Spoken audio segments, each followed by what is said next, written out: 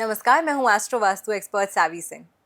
आज हम बात करने वाले हैं कि 7 सितंबर से 21 सितंबर तक रहने वाला है पितृपक्ष का समय।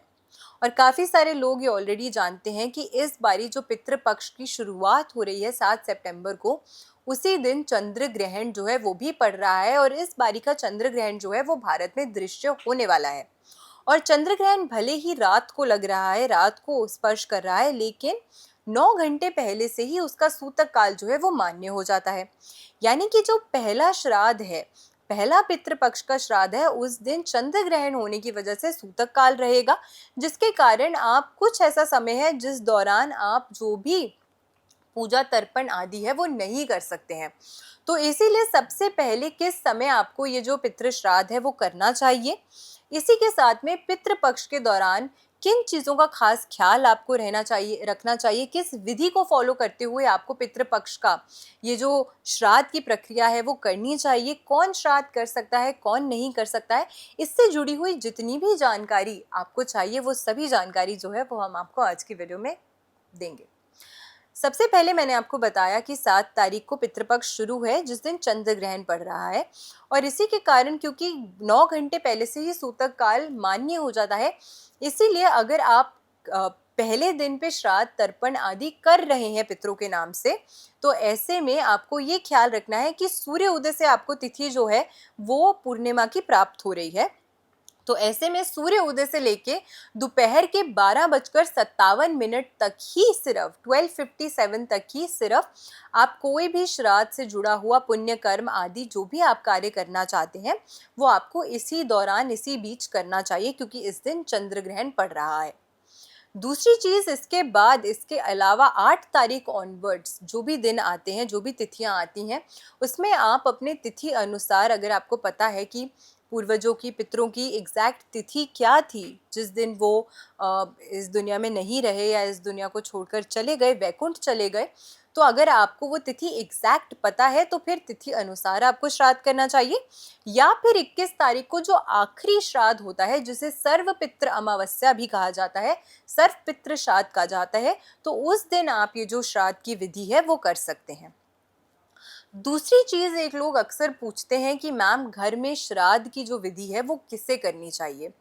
तो हाँ, शास्त्रोक्त घर में जो भी पुरुष है, यानी कि पुत्र है, पोता है, जो भी मेल मेंबर है आपके घर में, उसी को श्राद्ध की जो विधि है वो करनी चाहिए। लेकिन अगर माता पिता का श्राद्ध करना चाहते हैं बच्चे, लेकिन उनका भाई नहीं है कोई भी, सिर्फ बेटियां ही हैं, सिर्फ पुत्रियां ही हैं, तो ऐसे केस में फिर जो पुत्री है, जो घर की सबसे बड़ी पुत्री है, वो भी ये श्राद्ध की जो विधि आदि है वो कर सकते हैं। कुछ लोग होते हैं जो अक्सर अपने जीवन में परेशान रहते हैं, उनके जीवन में उनको हमेशा संघर्ष, दिक्कतें, डिलेज जो हैं अपने जीवन में फेस करनी पड़ती हैं। कोई भी शुभ कार्य जो है वो उनके घर में नहीं हो पाता है, या फिर स्वास्थ्य संबंधित परेशानियां हमेशा जीवन में चलती रहती हैं।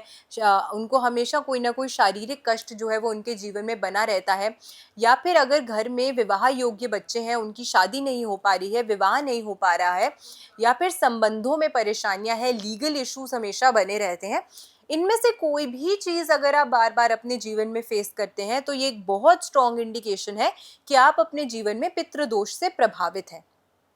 पितृदोष से प्रभावित होने की वजह से इस तरीके की परेशानियों का सामना आपको अपने जीवन में हमेशा करना पड़ता है। और सिर्फ एक पीढ़ी नहीं, ये एक ऐसा दोष होता है जो पीढ़ी दर पीढ़ी हमेशा कैरी फॉरवर्ड होता ही रहता है। तो इसी कारण से ये आपके लिए बहुत इंपॉर्टेंट हो जाता है, आपके लिए बहुत ज़रूरी हो जाता है कि पितृपक्ष के दौरान आप सही विधि विधान से पितृ शांति के लिए पूजा अर्चना तर्पण जो है वो ज़रूर कीजिए।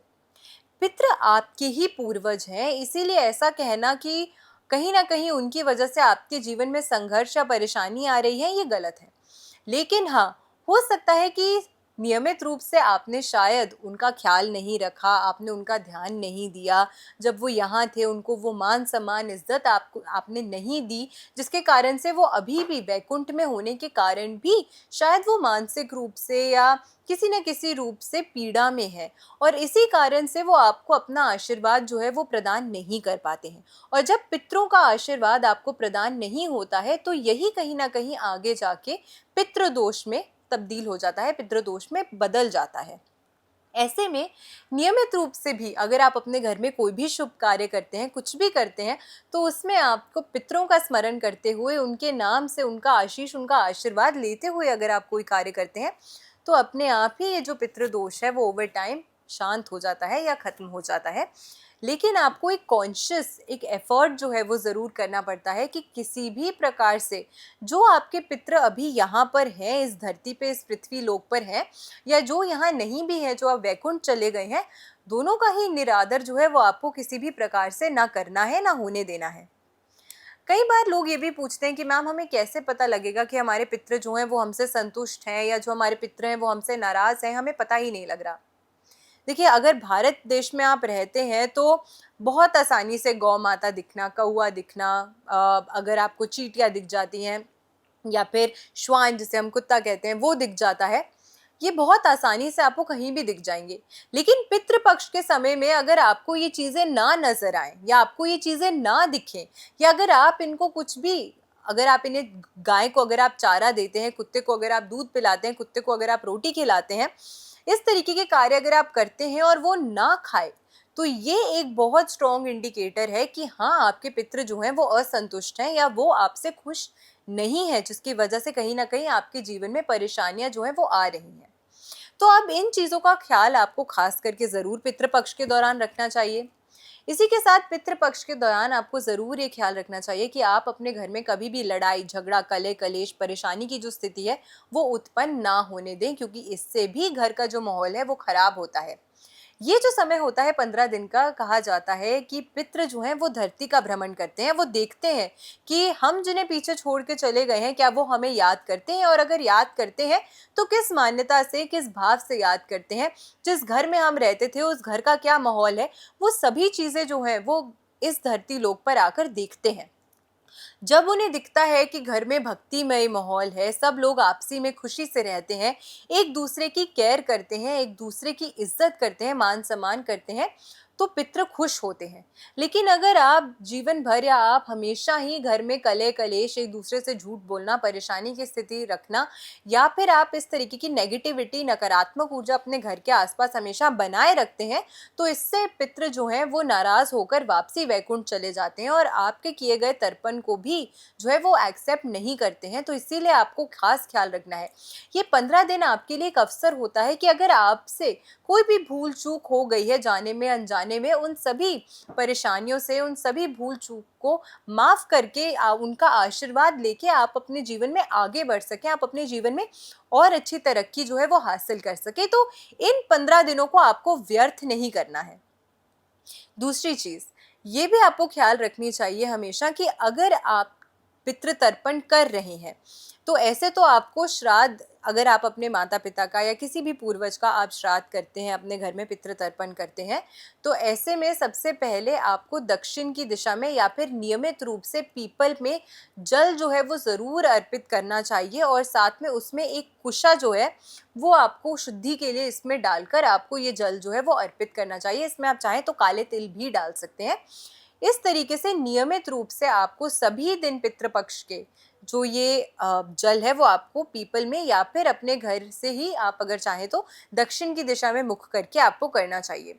उनके नाम का एक दिया, आपको दीपक जो है वो ज़रूर प्रज्वलित करना चाहिए पीपल के पेड़ के नीचे, लेकिन दक्षिण मुखी, दक्षिण की तरफ मुख करके आपको ये जो दीपक है वो प्रज्वलित करना चाहिए, ताकि आपको विशेष लाभ अपने जीवन में मिले। चौमुखी दीपक भी अगर आप प्रज्वलित कर रहे हैं, तो पहली जो बत्ती आप लाइट करें, या पहली बत्ती जो आप जलाएं, वो दक्षिण की दिशा की बत्ती होनी चाहिए। इस चीज़ का आपको खास विशेष ख्याल जो है वो पितृ पूजा के दौरान ज़रूर रखना चाहिए। पितृपक्ष के दौरान पितृ तर्पण के साथ ब्राह्मण का आदर सम्मान करके उनको भोजन दीजिएगा, उनको कुछ वस्त्र जो हैं वो ज़रूर भेंट कीजिएगा। आपके मन में अगर आस्था अच्छी है, आपके मन में अगर विचार शुद्ध हैं, तो आपके पितृ जो हैं वो आप ही के पूर्वज हैं, वो कभी भी आपके साथ बुरा नहीं होने देंगे। इसीलिए उनका आशीष और आशीर्वाद जो है वो पूर्ण रूप से आपको मिलता है। घर में अगर खाना बना रहे हैं तो पहली रोटी गौ माता के लिए और आखिरी रोटी श्वान के लिए जो है वो आपको ज़रूर निकालनी चाहिए। पूरे पितृपक्ष के दौरान। और अगर आपके जीवन में पितृदोष आपको परेशान करता है, सूर्य अगर आपका कमजोर है, आपके घर में साउथ वेस्ट की दिशा में दोष है, ये सभी चीजें जो हैं ये एक बहुत स्ट्रॉन्ग फैक्टर इंडिकेटर होती हैं कि पितृदोष से आप प्रभावित हैं अपने जीवन में। तो ऐसे में नियमित रूप से सूर्य को जल जो है वो आपको जरूर देना चाहिए। अगर आप नहीं दे पा रहे हैं किसी भी कारण से, तो अगर आपकी शादी हो रखी है तो आपके हस्बैंड दे सकते हैं, आपके स्पाउस दे सकते हैं, या फिर आपको खुद प्रयास करना चाहिए कि सबसे पहले तो आप ही अगर देते हैं सूर्य को जल, तो उससे आपको बहुत विशेष लाभ जो है आपको अपने जीवन में देखने को मिलेगा। तो हम आशा करते हैं कि आज की इस वीडियो से आपकी जितने भी मिसकंसेप्शंस, जितने भी डाउट्स थे पितृपक्ष को रिलेटेड, या क्या करना चाहिए क्या नहीं करना चाहिए, किस तरीके से किस विधि को हमें फॉलो करना चाहिए, उन सभी के जवाब हमने देने का प्रयास किया। तो वीडियो को अगर वीडियो अच्छी लगी तो ज़्यादा से ज़्यादा लोगों तक वीडियो को शेयर ज़रूर कीजिएगा, और चैनल पे नए हैं तो चैनल को सब्सक्राइब ज़रूर कीजिएगा। ऐसी बेनिफिशियल वीडियोस के साथ, ऐसी इन्फॉर्मेशनल वीडियोस के साथ फिर से लौट कर आऊँगी इसी चैनल पे। आशा करती हूँ आपका दिन शुभ रहे। नमस्कार।